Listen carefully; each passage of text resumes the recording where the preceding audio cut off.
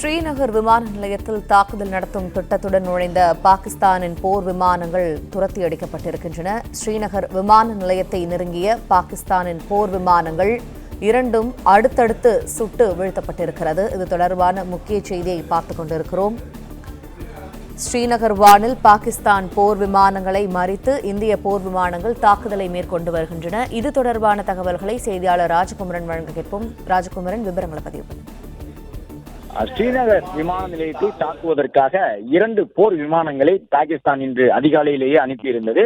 அந்த போர் விமானங்கள் இரண்டும் ஸ்ரீநகரை நெருங்கியிருந்த நிலையில் வான் எல்லைக்குள் வந்த அந்த போர் விமானங்கள் மீது இந்தியா ஒரு பயங்கர தாக்குதலை நடத்தியிருந்தது. இந்திய வான்படை வீரர்கள் அந்த போர் விமானங்கள் இரண்டையும் வழிமறித்து தாக்கியிருந்தார்கள். அந்த தாக்குதலுக்கு பிறகு முன்னோக்கி செல்ல முடியாத பாகிஸ்தானிய போர் விமானங்கள் அங்கிருந்து பின்வாங்கி பறந்து ஓட முற்பட்டன. அதையும் துரத்தி சென்று இந்திய போர் விமானங்கள் தாக்கி இருக்கக்கூடிய அந்த காட்சிகள் எல்லாம் வெளியாக தொடங்கி இருக்கின்றது. இந்திய போர் விமானங்கள் இடைமறித்து தாக்கியதன் காரணமாக பாகிஸ்தான் போர் விமானங்களால் தொடர்ந்து ஸ்ரீநகர் விமான நிலையத்தை நோக்கி செல்ல முடியவில்லை. ஸ்ரீநகர் விமான நிலையம் என்பது நமக்கு மிகவும் முக்கியமானது. போர் உருவாகப் போகின்றது என்ற நிலையில் ஸ்ரீநகர் விமான நிலையத்தை பயன்படுத்தி தான் பாகிஸ்தானினுடைய இஸ்லாமாபாத் உள்ளிட்ட நகரங்களை நாம் குறிவைக்க முடியும். எனவே ஸ்ரீநகர் விமான நிலையம் பாதுகாப்பாக இருப்பது நம்முடைய அடுத்த கட்ட தாக்குதலுக்கு அவசியமான ஒன்று. அதன் காரணமாகத்தான் கடந்த 3 நாட்களாக எந்தெந்த ரூபத்தில் எல்லாம் ஸ்ரீநகர் விமான நிலையத்தை நெருங்க முடியும் என்று பாகிஸ்தான் முயற்சித்துக் கொண்டிருக்கின்றது. ஆனால் அதனுடைய எந்த முயற்சியும் பலனளிக்கவில்லை. அது அனுப்பிய ட்ரோன்கள் அனைத்தும் வானத்திலேயே சுட்டு வீழ்த்தப்பட்டன. அதன் பிறகு தன்னிடம் இருக்கக்கூடிய அதிநவீன ஜேட்-10 போன்ற பாகிஸ்தானினுடைய அந்த சீனாவோடு இணைந்து உருவாக்கி இருக்கக்கூடிய போர் விமானங்களுடன் ஊடுருவி தாக்குதல் நடத்துவதற்கான ஒரு முயற்சி எடுத்தது. அந்த போர் விமானங்கள் துரத்தி அடிக்கப்பட்டு அதன் பிறகு சுட்டு வீழ்த்தப்பட்டிருக்கின்றன. ஸ்ரீநகர் பகுதியிலே பாகிஸ்தானினுடைய போர் விமானங்களை மறித்து இந்திய படை வீரர்கள் ஒரு தாக்குதலை நடத்தியிருக்கின்றார்கள் என்பதை பார்க்கின்றோம். இந்தியா நடத்திய தாக்குதலுடைய அந்த காணொலிகளும் வெளியாகி இருக்கின்றன. ராக்கெட்டுகளை ஏவக்கூடிய ஏவுதளங்கள் கண்டறியப்பட்டு தாக்கப்படுகின்றன. ட்ரோன்களை அனுப்பக்கூடிய ஏவுதளங்கள் கண்டறியப்பட்டு தாக்குதல் நடத்தப்படுகின்றன. பாகிஸ்தான் நாட்டினுடைய அடிப்படை ராணுவ கட்டமைப்புகளை வீழ்த்துவதற்கான ஒரு முயற்சியை இந்திய ராணுவம் மேற்கொண்டிருக்கின்றது. ஏனென்றால் ஆயுதங்கள் இருந்தால் போதாது, அதை ஏவுவதற்கான ஏவுதளம் முக்கியம்.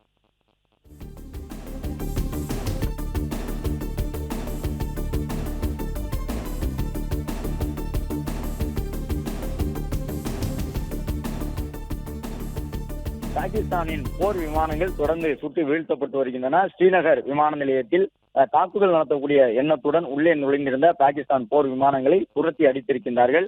அது மட்டுமல்லாமல் பாகிஸ்தானில் இருந்து ஏவப்பட்டிருந்த முக்கியமான அந்த ஏவுகணைகளையும் வழிமறித்து இடைமறித்து தாக்கி இருக்கின்றார்கள். நாம் பார்க்கின்றோம் நம்முடைய ஏவுகணை பாதுகாப்பு அமைப்புகள் எந்த அளவு திறனோடு செயல்பட்டுக் கொண்டிருக்கின்றன என்பதை. வானத்தில் வரக்கூடிய இலக்குகளை துல்லியமாக தாக்கி அழிக்கக்கூடிய நம்முடைய வான் பாதுகாப்பு அமைப்புகளை பார்த்துக் கொண்டிருக்கின்றோம். அதே போன்று இந்திய எல்லைக்குள் ஊடுருவி தாக்குதல் நடத்த முற்பட்ட அமிர்தசரஸை வான்வெளியை நோக்கி வந்த ட்ரோன்களையும் தாக்கி அழித்திருக்கின்றார்கள்.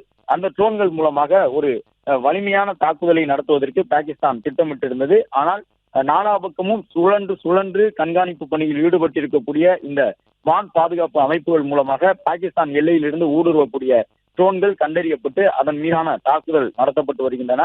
அடுத்தடுத்து பல்வேறு ஏவுகணைகளையும் இந்தியா பாகிஸ்தானை நோக்கி செலுத்துவதற்கு தயாராகி வருகின்றது. கடந்த 2 நாட்களாக பகல் வேளையில் பெரிய அளவிலான தாக்குதல் சம்பவங்கள் இல்லாமல் இருந்தன. ஆனால் இன்று பகல் நேர தாக்குதல் அதிகரித்திருக்கின்றது. ஸ்ரீநகரினுடைய வான்வெளி பகுதியிலே இந்திய படை வீரர்கள் நடத்தியிருந்த அந்த பதிலடி தாக்குதல் மூலமாக ஸ்ரீநகர் விமான நிலையத்தை தாக்க முற்பட்ட முயற்சி தோல்வியில் முடிவடைந்திருக்கின்றது பாகிஸ்தானுக்கு. பாகிஸ்தானை பொறுத்தவரை அதனிடம் இருக்கக்கூடிய பாலிஸ்டிக் ரகத்திலான நவீன ஏவுகணைகளை பயன்படுத்த முற்பட்டிருக்கின்றது. அதன் காரணமாக அவர்கள் நடத்தக்கூடிய அந்த அனைத்து வகையான தாக்குதலையும் தடுத்து நிறுத்துவதற்கான ஒரு முயற்சியை இந்திய ராணுவம் மேற்கொண்டு வருகின்றது. ஏவுகணைகளை பொறுத்தவரை அது வந்து தரையிறங்கி கீழே விழுந்தால் ஒரு பாதிப்பை ஏற்படுத்திவிடும். அதிலும் குறிப்பாக டெல்லி உள்ளிட்ட நகரங்களை குறிவைத்து இந்த ஏவுகணைகளை அவர்கள் செலுத்தியிருப்பதாக தெரிய வந்திருக்கின்றது. எனவே பஞ்சாப் மற்றும் குஜராத்தினுடைய வான்வெளி பகுதியை தொடர்ந்து இந்திய ராணுவம் கண்காணித்துக் கொண்டிருக்கின்றது. மும்பையை குறிவைக்க வேண்டும் என்றால் அது குஜராத் மூலமாகவோ அல்லது டெல்லியை குறிவைக்க வேண்டும் என்றால் பஞ்சாப் வான்வெளி மூலமாகவோ தான் அந்த தாக்குதல் நடத்தப்படும். பஞ்சாப், ராஜஸ்தான், குஜராத் உள்ளிட்ட 3 மாநிலங்களுடைய வான்வெளியை பாதுகாப்பதன் மூலமாக மும்பை மற்றும் டெல்லி நகரங்களை நோக்கிய பெரிய தாக்குதல்களை நம்மால் தடுத்து நிறுத்த முடியும் என்ற அடிப்படையில் தான் தொடர்ந்து நம்முடைய வான்படை வீரர்கள் கண்காணிப்பு பணியில ஈடுபட்டிருக்கின்றார்கள். தப்பி ஓட முயன்ற பாகிஸ்தானிய விமானங்களை எல்லாம் தேடி சுட்டு அழித்துக் கொண்டிருக்கின்றார்கள். பாகிஸ்தான் விமானிகள் ஏற்கனவே கடந்த 2 நாட்களுக்கு முன்பு ஒரு விமானி நம்மிடம் சிக்கிக் கொண்டார். அந்த விமானி இன்னும் நம்முடைய கட்டுப்பாட்டில் தான் வைக்கப்பட்டிருக்கின்றார். சர்வதேச அளவிலான போர்க்கைதிகளுக்கான நெறிமுறைகளின்படி அந்த விமானியை இந்தியா தற்பொழுது தன்னுடைய கட்டுப்பாட்டில் வைத்திருக்கின்றது. அதே நேரம் தொடர்ந்து இந்த வான் பாதுகாப்பு அமைப்புகள் மூலமாக ஏவுகணைகளை செலுத்தி பாகிஸ்தானில் இருந்து வரக்கூடிய ட்ரோன்களை அழிப்பதற்கான நடவடிக்கைகள் மேற்கொள்ளப்பட்டு வருகின்றன. ஒவ்வொரு நாளும் இந்திய எல்லைப் பகுதியை நோக்கி ஏராளமான ஆயுதங்கள் எடுத்து வரப்பட்டு பாகிஸ்தானுக்கு பதிலடி வழங்கப்படுகின்றது. ஜம்மு காஷ்மீரில் இருக்கக்கூடிய ஒரு சில வீடுகளின் மீது தாக்குதலை நடத்தி இருக்கக்கூடிய பாகிஸ்தானின் பீரங்கி படையணி ஒரு சிலரை கொன்றும் இருக்கின்றது. பாகிஸ்தான் தாக்குதலிலே ஜம்மு காஷ்மீரை சார்ந்த அப்பாவி மக்கள் உயிரிழந்திருக்கின்றார்கள்.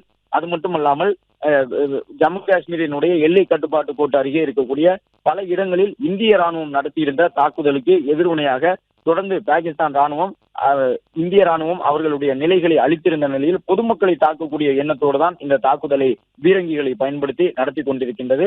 அது மட்டுமல்லாமல் பாகிஸ்தானினுடைய தாக்குதல் குஜராத்தினுடைய ஹஜ் பகுதியை நோக்கியும் தொடங்கி இருந்தது. ட்ரோன்கள் மூலமாக குஜராத்தின் ஹஜ் பகுதியிலே ஒரு தாக்குதல் நடத்துவதற்கான முயற்சியில் அவர்கள் ஈடுபட்டிருந்தார்கள். பஞ்சாபினுடைய அமிர்தசரஸில் தாக்குதல் நடத்துவதற்கான முயற்சியில் ஈடுபட்டிருந்தார்கள். டெல்லியை நோக்கி செலுத்தப்பட்டிருந்த ஒரு ஏவுகணையை ஹரியானாவிலேயே இடைமறித்து இந்திய வீரர்கள் அழித்திருந்தார்கள். அது மட்டுமல்லாமல் தொடர்ந்து பாலிஸ்டிக் ரகத்திலான ஏவுகணைகளை வீசுவதற்கு பாகிஸ்தான் தயாராகி வரக்கூடிய சூழ்நிலையில் அதை எதிர்கொள்வதற்கான அனைத்து வியூகங்களும் வகுக்கப்பட்டிருக்கின்றன. அந்த நாட்டினுடைய ராணுவ கட்டமைப்புகளை சிதைக்கக்கூடிய பணியை இந்திய ராணுவம் மேற்கொண்டிருக்கின்றது. ஏற்கனவே இந்த அதிகாலையிலே 4 விமானப்படை தளங்களை தாக்கி அழித்திருந்தார்கள். அந்த விமானப்படை தளங்கள் எல்லாம் தீப்பற்றி எரியக்கூடிய ஒரு சூழ்நிலை உருவாகி இருக்கின்றது. எனவே பாகிஸ்தானிடம் தற்பொழுது விமானப்படை தளங்கள் என்றால் குறைந்தபட்ச கையிருப்பே இருக்கின்றன. அந்த அளவு முக்கியமான அதனுடைய ராவல்பிண்டி உள்ளிட்ட பகுதிகளில் இருந்த விமானப்படை தளங்கள் முழு செயல்திறனோடு செயல்பட முடியாத அளவிற்கு இந்தியாவினுடைய தாக்குதல் வேகம் எடுத்திருக்கின்றன. தொடர்ச்சியாக பாகிஸ்தான் மீது இது போன்ற தாக்குதல்களை நடத்தி கொண்டிருக்கின்றார்கள். பிளே ஸ்டோர் மற்றும் ஆப் ஸ்டோரில் இருந்து பாலிமர் செயலியை QR கோடு மூலம் பதிவிறக்கம் செய்யுங்கள். செய்திகளை உடனுக்குடன் பெறுங்கள்.